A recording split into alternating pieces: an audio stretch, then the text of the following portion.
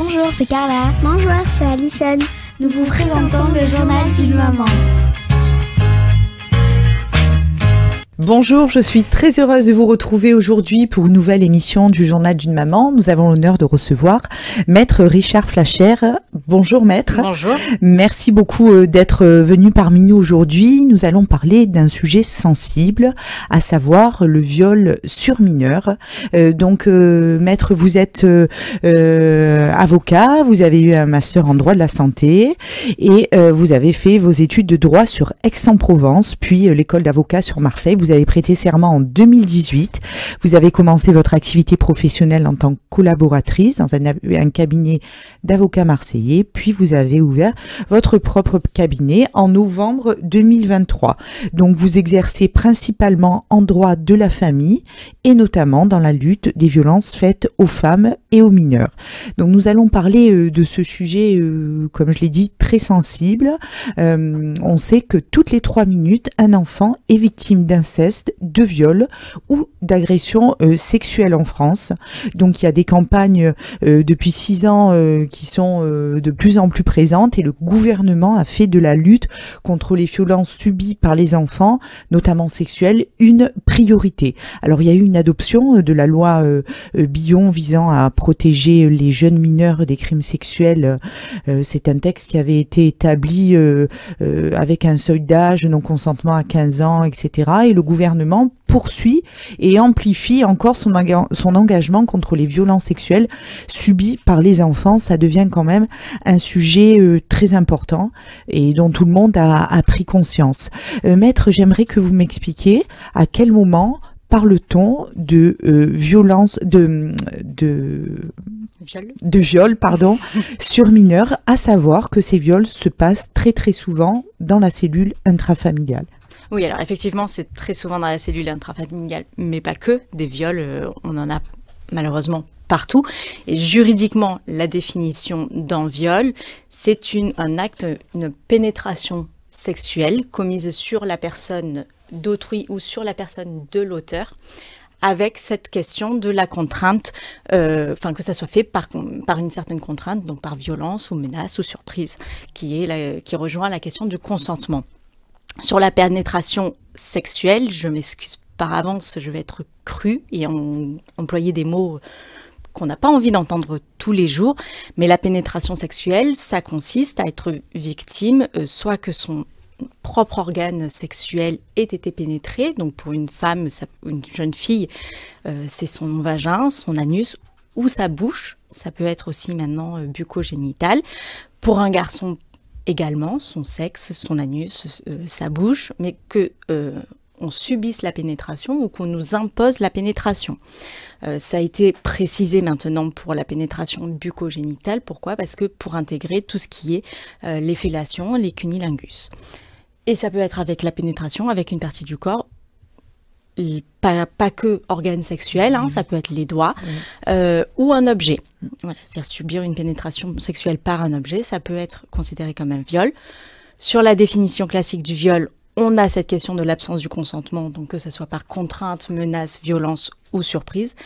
C'est allégé, évidemment, quand on est sur des mineurs, puisque, évidemment, quand on a moins de 7 ans, quand on est sur des très jeunes victimes, cette question du consentement, elle se déduit du fait du jeune âge de la victime et pas de son absence de consentement en tant que tel. Mais ça, c'est apprécié au cas par cas en fonction des dossiers.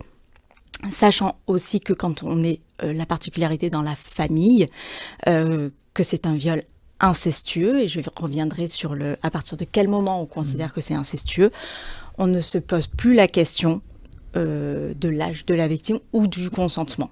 Par principe, une pénétration sexuelle est un viol. Donc c'est incestueux quand c'est commis par un des parents, grands-parents, oncle et tante, ça va même jusqu'à grand-oncle, grande-tante, frères et sœurs, neveux et nièces aussi, puisque des fois on peut avoir une différence d'âge, et les conjoints de chacune de ces personnes que je viens de lister. Voilà. De manière générique, quand est-ce qu'on parle d'un viol et quand est-ce qu'on parle d'un viol incestueux? Alors, une fois que les faits ont été posés, alors où les enfants ont parlé, où ça a été surpris. Quels sont les recours? Alors, le plus simple, c'est déjà de se retrouver face à un mineur qui arrive à en parler. Oui, c'est ça le problème en fait. Plus tard, comment essayer de les aider dans les autres hypothèses. Sinon, il y a souvent, on se confie peut-être à la copine, à la maîtresse, voilà. Et il y a souvent des signalements. Est-ce que ça passe par là plus souvent? Ça peut être, finalement, on se rend compte qu'un mineur arrive à parler plus tard, à se confier plus tard à des membres de sa famille. Après, tout dépend de la personne auteur des violences. Si c'est un parent, ça peut être compliqué, mais prenons le cas classique. Le moins compliqué, disons-nous, où le mineur arrive à se confier plus tard à ses parents ou quelqu'un de confiance. Évidemment, la voie classique, c'est d'aller immédiatement déposer plainte. Idéalement, se faire accompagner d'un avocat, mais ce n'est pas obligatoire à ce stade-là, et on laisse la plainte, une fois qu'on a déposé plainte, on se laisse guider par les services de police qui vont mener l'enquête, qui vont faire ce qu'ils ont à faire en ayant les missions qu'ils reçoivent pour ça, et l'avocat revient. Et l'intérêt d'être assisté d'un avocat, c'est de pouvoir suivre l'évolution de la procédure, de l'état d'avancement de l'enquête, et d'accompagner, ne serait-ce que psychologiquement, étape par étape. Maintenant, si malheureusement vous n'êtes pas, par exemple, vous, Vanessa, quelqu'un vient se confier à vous, vous pouvez évidemment faire un signalement auprès du procureur de la République par un simple courrier. Ça peut être les médecins et les infirmières des établissements scolaires, les enseignants. Toutes ces personnes-là peuvent faire des signalements. À ce moment-là, le procureur de la République en est directement saisi. Ça peut être... en venir aux mains du juge des enfants, si c'est intrafamilial, si c'est les parents, frères et sœurs, il faut vraiment une action urgente avant qu'on passe au volet pénal. Alors, je pense que c'est important de préciser que chaque personne témoin de pratiques telles, ne pas hésiter à faire des signalements, parce que c'est vrai que les gens ont peur aussi de mettre un grand boom dans une famille ou quoi, mais je veux dire, il faut inciter les gens, surtout ceux qui sont témoins et qui savent à parler. Oui, effectivement, ça peut faire très peur si vous venez à être témoin d'une scène ou à ce que quelqu'un vienne vous confier un acte aussi grave. Maintenant, effectivement, il ne faut pas avoir peur, soit de faire un signalement, mais si ça fait trop peur, et on peut l'entendre, parce qu'on n'a pas envie d'être mêlé et de s'en sentir peut-être responsable d'un éclatement familial, à ce moment-là, vous pouvez toujours aller porter plainte. Enfin, pas porter plainte parce qu'on ne prendra pas la plainte, mais allez vous annoncer à la police ou trouver quelqu'un d'autre de plus compétent, un avocat, un médecin, tous les professionnels que je vous ai listés, qui peuvent vous-même vous accompagner et pour faire ce signalement. Tout à fait. Après, vous, une fois cette dénonce faite, vous n'aurez plus que le rôle un peu de témoin. Vous pouvez être réentendu plus tard en tant que témoin, mais une fois que c'est entre les mains de la justice et des professionnels du droit, vous n'êtes plus concerné directement. Il faut penser à toutes les victimes, tout ce que ça peut leur aider. Bien sûr. Surtout si c'est dans le cercle familial, il faut qu'ils puissent sortir, qu'on puisse les sortir de cette violence. Alors il y a beaucoup, nous l'avons dit en début d'émission, de campagnes de sensibilisation, même dans les écoles maintenant, auprès des enfants, que le corps leur appartient, qu'on n'a pas le droit de toucher à certaines parties de leur corps.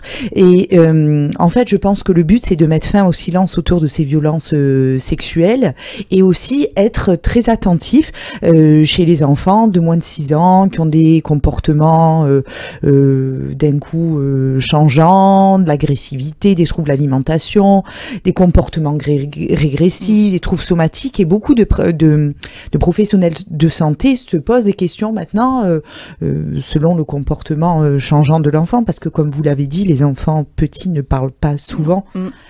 Alors non seulement ils parlent pas parce qu'ils n'ont pas forcément compris ce qui se passait quand on parle des enfants de moins de 6 ans, mais également parce qu'en fonction de l'auteur de l'agression, des actes, on peut penser que c'est normal. Il y a une autorité de fait ou de droit, si c'est un des parents, qui le menace de pas.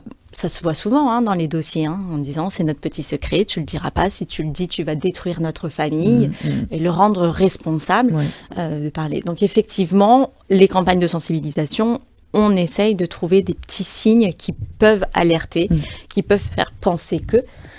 Moi, je dis toujours qu'il vaut mieux prévenir que guérir. Bien sûr.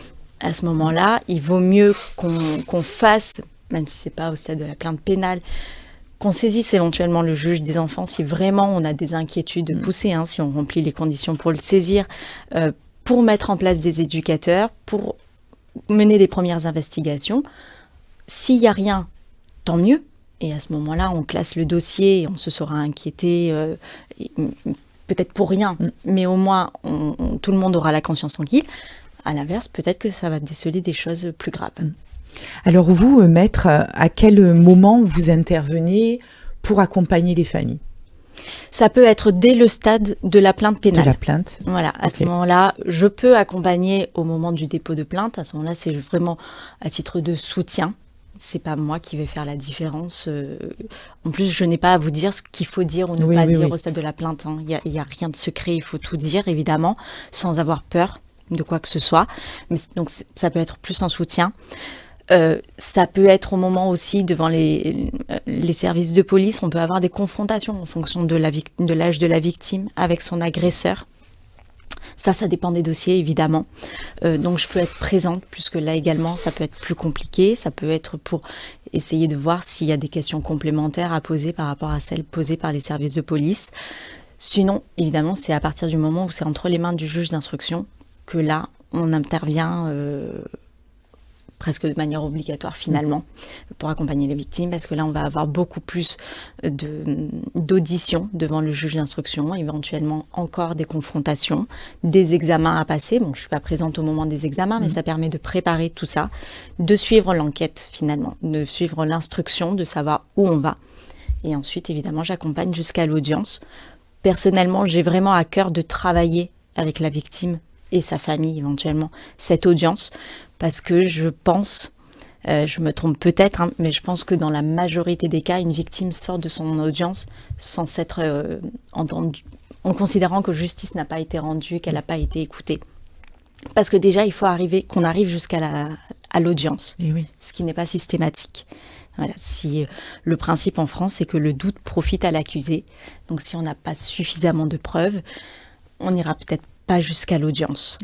Voilà. Donc il y a un accompagnement sur ça pour faire accepter. Et ensuite, mon rôle à l'audience elle-même, c'est de parvenir à traduire les sentiments, à exprimer la parole de la victime et éventuellement ses parents, hein, si ce n'est pas eux les auteurs, mettre des mots finalement sur leurs mots, M-A-U-X, pour faire, voilà, pour arriver à exprimer tout ça.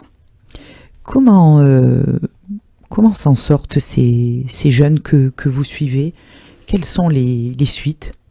Alors, c'est en ça que je les prépare au fait que si on va dans l'hypothèse où on va jusqu'à l'audience, j'aime bien leur dire que cette audience sera peut-être un des pansements qu'ils pourront mettre sur leur plaie, mais ça ne sera pas vraiment l'opération qui va les recoudre.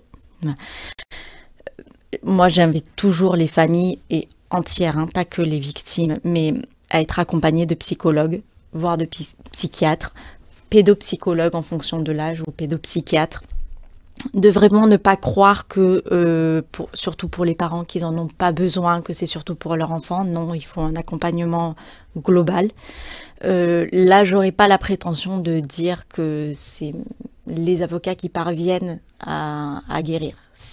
Je remets ça entre les professionnels de santé et les psychologues, parce que finalement, l'audience, c'est compliqué.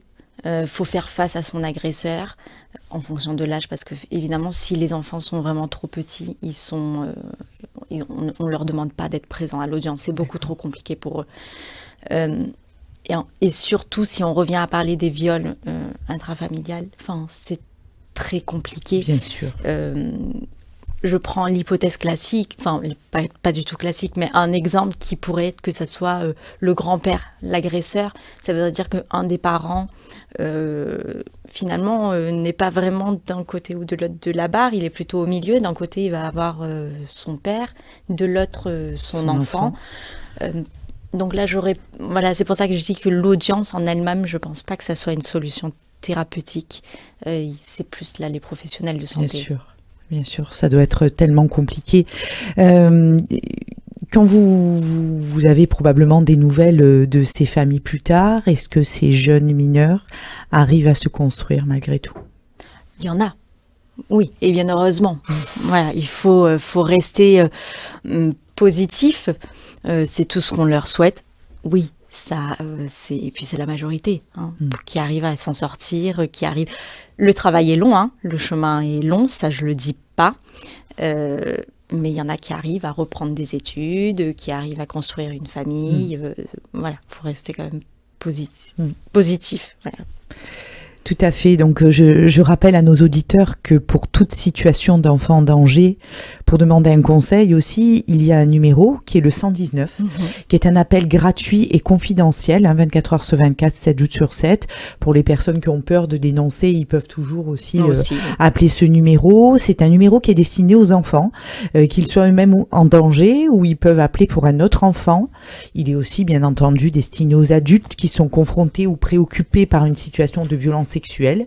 Et on peut également envoyer un écrit au 119 via un formulaire qu'on peut retrouver sur Internet. Maître, merci beaucoup. Merci à vous. Et j'espère vous retrouver pour une prochaine émission et un prochain sujet. Chers auditeurs, je vous remercie de nous avoir suivis. On se retrouve très vite pour une nouvelle émission. Au revoir. Bonjour, c'est Carla. Bonjour, c'est Alison. Nous vous présentons le journal d'une maman.